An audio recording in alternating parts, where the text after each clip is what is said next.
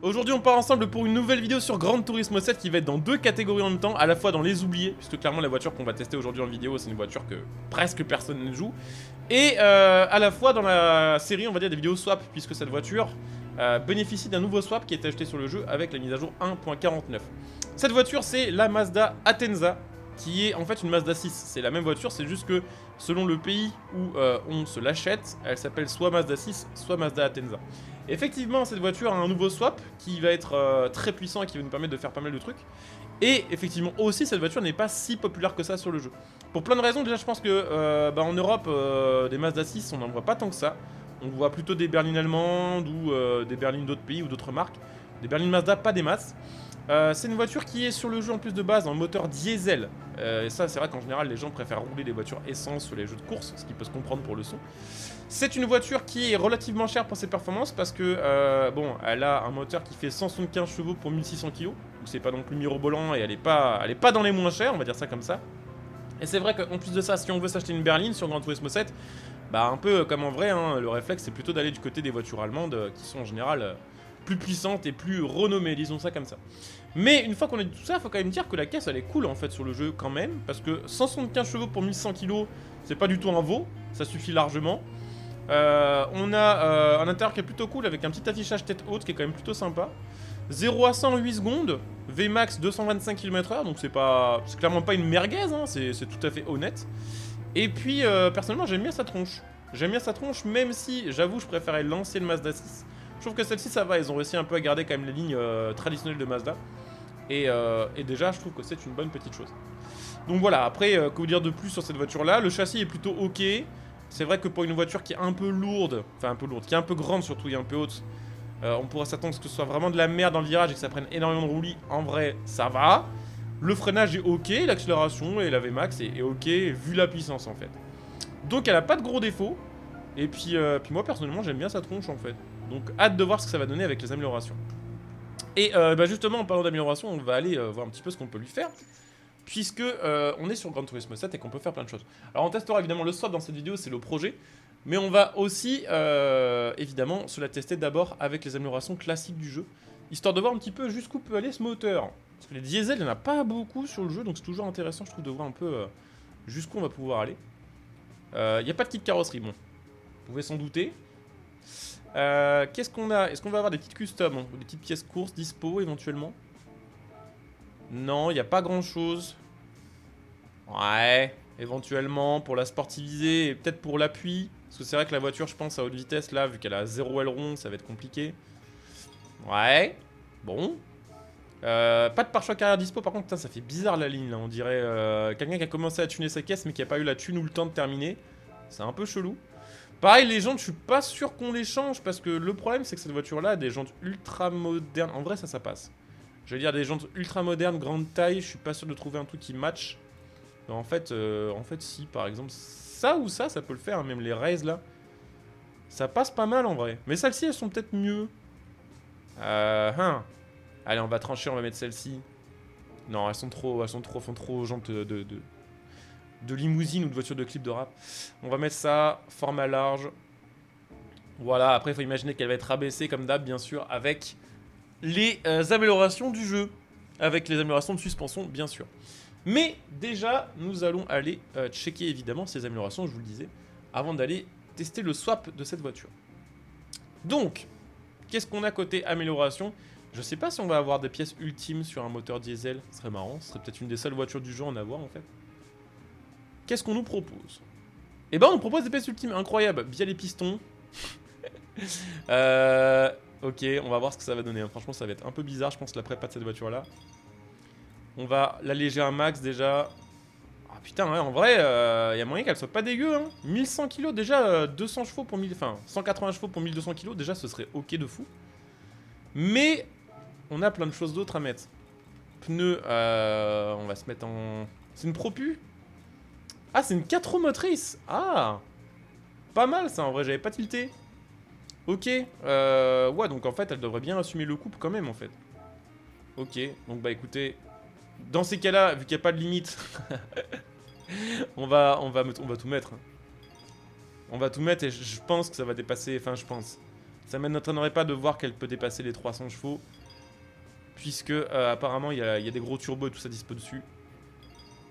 Et puis les PP sont pas dégueux. Hein. En vrai, il y a moyen que c'est une voiture assez efficace quand même, même si pas très populaire. Ah ouais, turbo.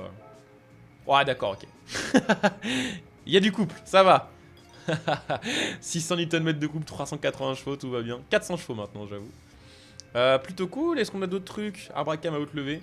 Vous imaginez la prépa diesel, à quel niveau de dédication faut en arriver pour faire ce genre de truc, genre changer les arbres à cam et tout ça sur un diesel. Faut déjà être bien motivé quand même. Hein. Transmission personnalisable bien sûr, 427 chevaux.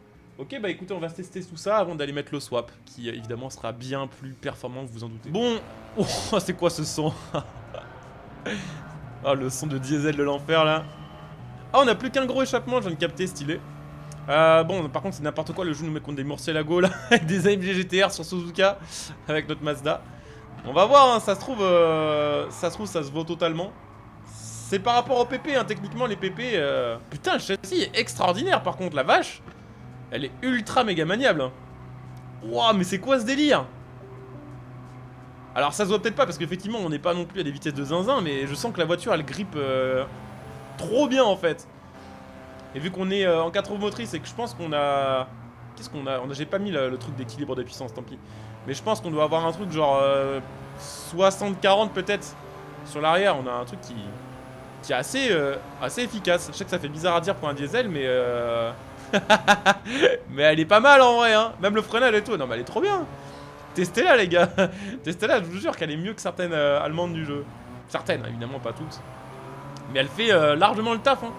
J'ai hâte de voir la ligne droite là, les vitesses qu'on va prendre. Combien ça prend de tour max? 6500. Bon, après, sur un diesel, en général, le mieux c'est de passer les rapports largement avant la zone rouge hein, pour tout jouer au couple. Mais c'est vrai qu'elle tartine quand même plutôt bien. Hein. Tartine plus fort que la Diablo GT. C'est absurde.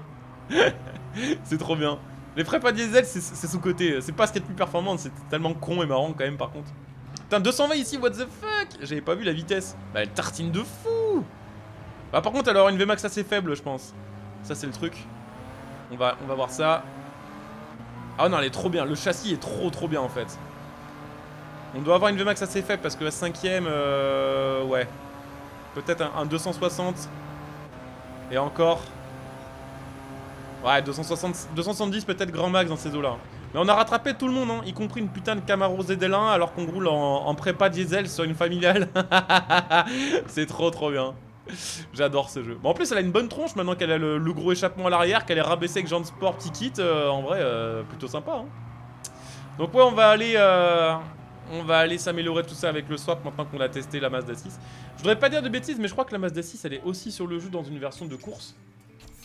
Je crois qu'elle doit être en GT quelque chose. Et je crois qu'elle est pas trop mal non plus d'ailleurs. Je crois que le châssis est plutôt bon. Alors le swap qui dispose de cette voiture là, c'est un swap qui devrait vous faire kiffer quand même. Déjà parce que c'est un moteur essence, mais surtout parce que c'est pas n'importe quel moteur essence. C'est le V6 de la Giulia Quadrifoglio Verde. Et je crois que c'est même la version GTAM parce que c'est 540 chevaux. Je crois que la QV normale fait 510 chevaux. Donc déjà là on part au moins sur 150 chevaux de plus que ce qu'on avait avec la prépa diesel. Donc c'est pas mal déjà. Le son va être sympa je pense. Donc, sur ce jeu je crois que dans mes souvenirs que cette voiture là sonne bien. Enfin cette voiture là. La Giulia sonne bien. Donc on va voir ce qu'on peut lui faire. Je sais plus combien elle faisait la Giulia mais je crois que c'était un petit peu absurde la puissance. Je crois qu'on était pas loin genre des 1015 chevaux, un truc comme ça. Alors à confirmer, hein, je suis peut-être en train de dire de la merde. Mais je crois qu'en plus à l'époque où je l'avais testé il n'y avait pas encore les pièces ultimes. Donc peut-être plus de puissance encore. Peut-être moins, peut-être que je dis de la merde, hein, c'est tout à fait possible aussi. Bon, vas-y, on va mettre les gommes tendres par contre. Qu'est-ce qu'on a d'autre que j'ai pas encore installé? Bah, en fait, tout le reste. Tout le reste, puisque on a réinitialisé les améliorations. Ok. Ouais, vous voyez, la puissance, elle augmente déjà fort, alors qu'on n'a pas changé le truc qui va nous apporter le plus de puissance, qui va être le turbo, probablement.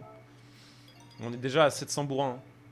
Putain, c'est rare qu'on ait autant d'améliorations dispo. Enfin, je veux dire, autant de pièces différentes. C'est surtout ça. Allez, on va se garder le turbo pour la fin, histoire d'avoir de pas trop se spoil pour la puissance. Mais 1000 chevaux, ça m'étonnerait pas. Voilà. Parce qu'on est déjà à 800 là. Oh là là, ça va être Golemont. On n'a rien oublié à part le turbo, je regarde, je fais le tour. Tac, tac, tac, ça a l'air d'être ok. Ici c'est bon. Ici c'est bon. Donc ouais, hein, let's go. Ah, seulement 865, ok, bah my bad. Je vous ai vendu du rêve pour rien, alors je pensais que ça allait être plus que ça, très honnêtement. Bon. Après 800 chevaux pour 1100 kg sur une Mazda 6, c'est pas mal quand même, je pense que ça n'existe pas. Personne n'a jamais fait ça IRL. Et bah écoutez, c'est parti. Oh le son. C'est parti avec notre Mazda 6. Oh, oh le son, il est tellement plus vénère que sur tellement d'autres jeux.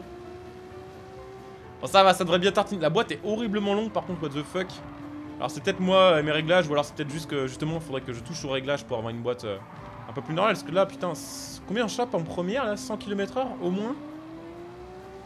Non, la boîte elle est trop longue là. La boîte elle est absurdément longue là. Mais on va voir un petit peu ce que ça va donner dans la ligne droite du Mans du coup.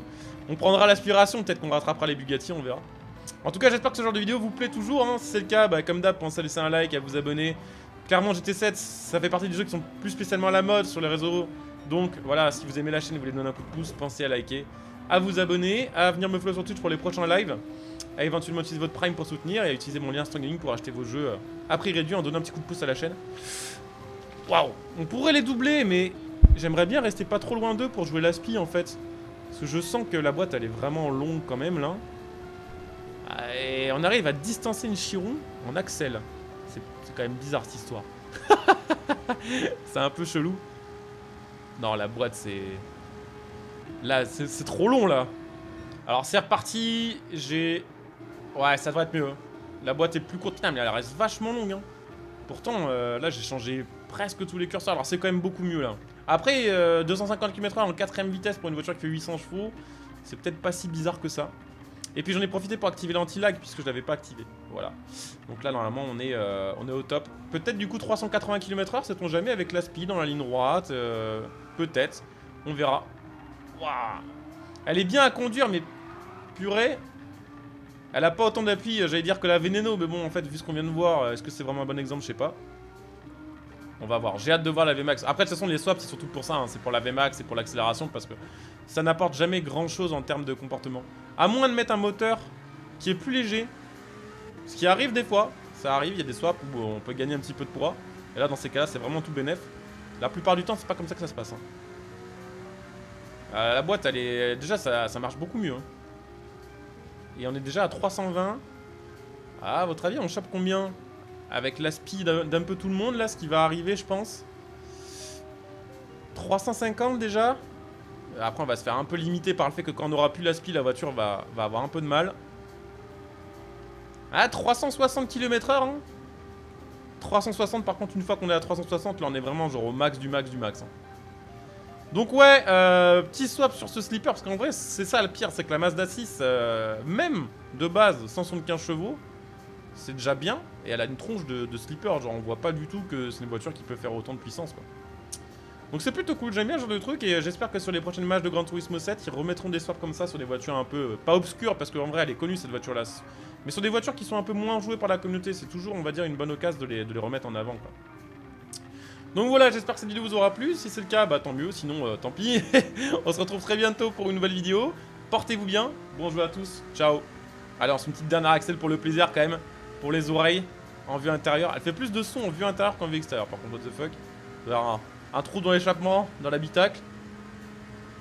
Avec une petite pointe à 3,30 ici, en fond de 5. Nice.